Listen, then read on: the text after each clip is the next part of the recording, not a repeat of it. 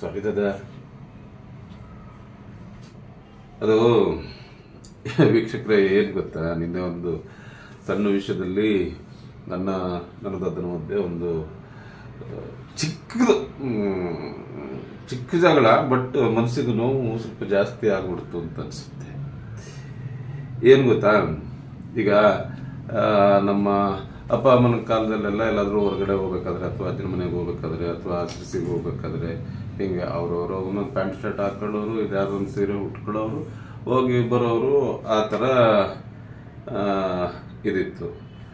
So ಏನಾಯ್ತು ಅಂತಂದರೆ, ಇವಳು ಫ್ರೆಂಡ್ಸ್ ಎಲ್ಲ ಕರೆದಿದ್ರು, ನಾನು ಸೇರಿಸಿ ಕರೆದಿದ್ರು.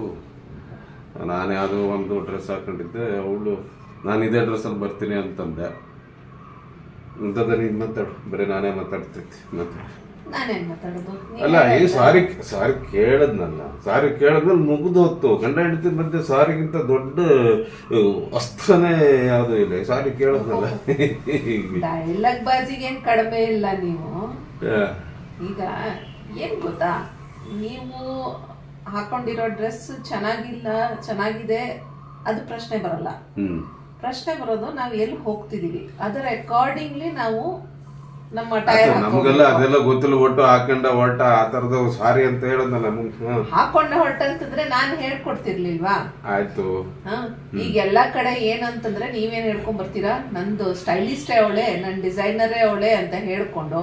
ಎಲ್ಲ ಬರೀ ಸ್ಟೈಲು ಡಿಸೈನರ್ ಅಲ್ಲ, ಎಲ್ಲವೂ ನೀನೆ ಮುಂದೆ ಹೇಳು. ಏನಂತಂದ್ರೆ, ಓಕೆ, ಏನೋ ಒಂದ್ ಪ್ಲಾನ್ ಹಾಕಿದ್ವಿ, ಹೆಂಗೋ ಹೋಗ್ಬೇಕಿತ್ತು, ಏನೋ ಒಂದು ಡಿಫ್ರೆಂಟ್ ಆಗಿರುತ್ತೆ. ಯಾವಾಗ್ಲೂ ಮೊನೋಟನಸ್ ಇದೆಯಂತ ಲೈಫು. ಕರೆದಿದ್ರು, ಸರಿ ಹೋಗೋಣ ಅಂತ ಹೇಳಿ. ಏನ್ ಹೇಳ್ದೆ ನಿಮ್ಗೆ, ಇದು ಬೇಡ ರೀ, ಬೇರೆ ಬಟ್ಟೆ ಹಾಕೊಳ್ಳಿ, ತೆಗ್ದಿಟ್ಟಿರ್ತೀನಿ, ಅದನ್ನ ಹಾಕೊಳ್ಳಿ ಅಂತಂದ್ರೆ, ಇಲ್ಲ ನಾನ್ ಇದರಲ್ಲೇ ಬರೋದು ಅಂತ ಹೇಳಿ ಸ್ಟಬನ್ ಆಗಿದ್ಯಾರು? ನೀನು ಸ್ವಲ್ಪ ಕೋಪದಲ್ಲಿ ಮಾತಾಡಿದ, ಕೋಪ ಮಾಡಿದೆ. ಏನಕ್ಕೆ ಅಂತಂದ್ರೆ, ನಾರ್ಮಲ್ ಹೇಳಿದಾಗ ಆಯ್ತು ಬಿಡು. ಈಗ ಎಂತದ್ದು ಗೊತ್ತಿದ್ದು, ಇಷ್ಟೇ ವೀಕ್ಷಕರೇ. ಏನ್ ಗೊತ್ತಾ, ಕೆಲವೊಂದು ಕಡೆ ಏನು ಅಂತಂದ್ರೆ ನಮ್ದೇ ನಡಿಬೇಕು ಅಂತ ಆಗ್ಬಾರ್ದು. ಅಲ್ಲೆಲ್ಲೋ ಒಂದು ಆ ಪ್ರೀತಿನ ಎಲ್ಲೋ ಕಳ್ಕತ್ತೀವಿ ಕೆಲವೊಂದಷ್ಟು ಸಮಯ. ಅದಾಗಬಾರ್ದು. ಈಗ ಅವಳು ಇಷ್ಟನಾ ಅಂದ್ರೆ, ಈಗ ನನ್ನ ಹೆಂಡತಿ, ಅವಳಿಗೆ ಅದು ನನ್ನ ಗಂಡ ಈ ತರ ಬರಬೇಕು ಅಂತಿತ್ತು, ನಾನು ಹಿಂಗ್ ಮಾಡಿದೆ, ಅವಳಿಗೆ ಕೋಪ ಆಯ್ತು, ನಾನು ಇದಾಯ್ತು, ಕಡೆಗೆ ಅದಕ್ಕೆ ಹೋಗ್ಲೇ ಇಲ್ಲ. ಏನಾಗುತ್ತೆ ಅಂತಂದ್ರೆ, ಅವ್ರ ಇಷ್ಟನ್ನು ಕೊಡೋಣ. ಅವ್ರು ಏನು ದೊಡ್ಡ ಏನು ಬಂಗ್ಲೆ ತಂದು ಕೊಡಿ, ಅಥವಾ ಏನು ಕಾರ್ ತಂದು ಕೊಡಿ, ಅಥವಾ ಇಲ್ಲಿ ಮ್ಯಾಲಿಂದ ಹೆಲಿಕಾಪ್ಟರ್ ಇಳಿಸಿ ಅಂತಾರ, ಏನಿಲ್ವಲ್ಲ. ಸೊ ನಾವು ಅವರಿಗೆ ಅಂದ್ರೆ ಈ ಚಿಕ್ಕ ಈ ರೀತಿಯಲ್ಲಿ ಗೌರವ ಕೊಡುತ್ತಾ ಪರಸ್ಪರ ಸ್ಪಂದಿಸೋದೇನಿರುತ್ತೆ, ಪರಸ್ಪರ ಹೊಂದಾಣಿಕೆ ಏನಿರುತ್ತೆ, ಇದು ಜೀವನದ ಅನುಬಂಧನ ಇನ್ನೂ ಜಾಸ್ತಿ ಇದ್ ಮಾಡುತ್ತೆ. ಇದ್ರ ಬಗ್ಗೆ ತಾವು ಎಂತಾರು ಮಾತಾಡಿ ಮೇಡಮ್, ಯಾಕಂದ್ರೆ ತಪ್ಪು ನನ್ನ ಕಡೆಯಿಂದ ಇರೋದು ಮುಂದೆ ಜಾಸ್ತಿ ಆಯ್ತು. ಏನಿಲ್ಲ, ನಾನೇನ್ ಹೇಳೋದು ಅಂತಂದ್ರೆ, ಕೆಲವೊಂದ್ಸಲ ನಾನ್ ಹೇಳಿದ್ದು ಆಗ್ಲಿ, ಓಕೆ, ಪ್ರತಿ ಸಲ ನಾನ್ ಹೇಳಿದೆ ಆಗ್ಬೇಕು ಅಂತ ನಾನೇನ್ ಕೇಳಲ್ಲ.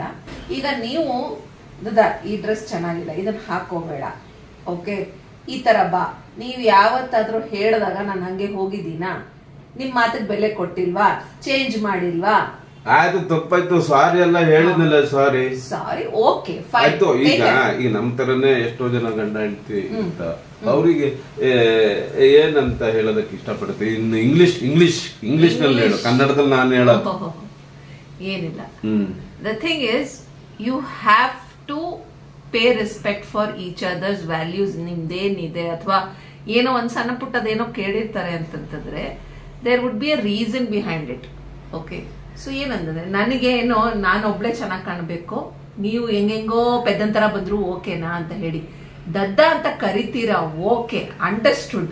ಬಟ್ ಅದು ನಿಜ ಜೀವನದಲ್ಲೇನು ದಡ್ಡ ತರಾನೇ ಆಗ್ಬೇಕು ಅಂತ ಏನಿಲ್ವಲ್ಲ. ಆಕ್ಚುಲಿ ದಡ್ಡ ಅಂತ ಇಟ್ಸ್ ಅ ದಡ್ಡ ಅಂತ ಕರಿಬಾರ್ದು ನನ್ನ ಅಂತ ಹೇಳ್ಬಿಟ್ಟು ದಡ್ಡ ಅಂತ ಮಾಡ್ಕೊಂಡಿಲ್ಲ. ತಾವು ಕೂಡ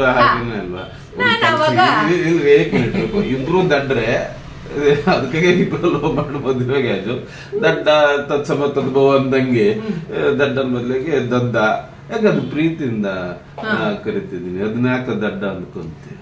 ಓಕೆ ಎಷ್ಟೋ ಸಲ ನಾವು ಜೀವನದಲ್ಲಿ ಎಡವಿದೀವಿ, ದಡ್ಡರು ಆಗಿದೀವಿ. ಅದಕ್ಕೆ ಆ ದೇವ್ರು ಅದಕ್ಕೂ ನಾವು ಮದುವೆ ಶುರುನಲ್ಲೇ ದದ್ದ ಮಾಡಿಸ್ಬಿಟ್ಟ ಅಂತ ಅನ್ಸುತ್ತೆ. Okay, the thing is okay, if the things can be sorted with one small little sorry, ಅದನ್ನ ಬಿಟ್ಬಿಡ್ಬೇಕು, ಎಳಿಬಾರ್ದು. ಓಕೆ, ಸಾರಿ ಹೇಳಿದ್ದೀರಾ, ಈಗ ಕಾಂಪನ್ಸೇಟ್ ಹೆಂಗ್ ಮಾಡ್ತೀರಾ ಇದನ್ನ? ಗೊತ್ತಾಗ್ತದೆ, ನೀನೇ ಹೇಳ್ಬಿಡು ಕಡೆ, ನಾನೆಂತಾರು ಹೇಳೋದು. ಸರಿ, ನೆಕ್ಸ್ಟ್ ನಾನು ಏನ್ ಪ್ಲಾನ್ ಮಾಡಿದ್ರೆ ಏನಕ್ಕೆ ಯಾವ್ದಕ್ಕೆ ಅಂತ ಕೇಳಬಾರ್ದು, ಸುಮ್ನೆ ಬರ್ಬೇಕು. ಆಯ್ತು, ಓಕೆನಾ? ಆಯ್ತು, ತಪ್ಪಾಯ್ತು. ಓಕೆನಾ? ಓಕೆ ಓಕೆ, ಹೋಗ್ಲಿ ಬಿಡಿ. ಸರಿ, ಡನ್, ಕಾಂಪ್ರಮೈಸ್ಡ್.